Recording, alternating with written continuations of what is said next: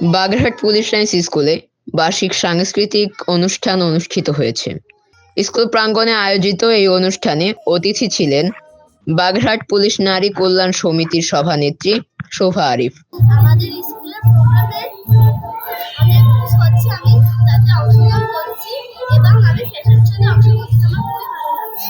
আমি সেখানে গান কবিতা দিয়েছি, আমার অনেক ভালো লেগেছে। অনুষ্ঠানে সভাপতিত্ব করেন জেলা পুলিশ সুপার তৌহিদুল আরিফ। এ সময় অন্যদের সঙ্গে আরও উপস্থিত ছিলেন বিদ্যালয়ের প্রধান শিক্ষক আইরিন নাহার মলি।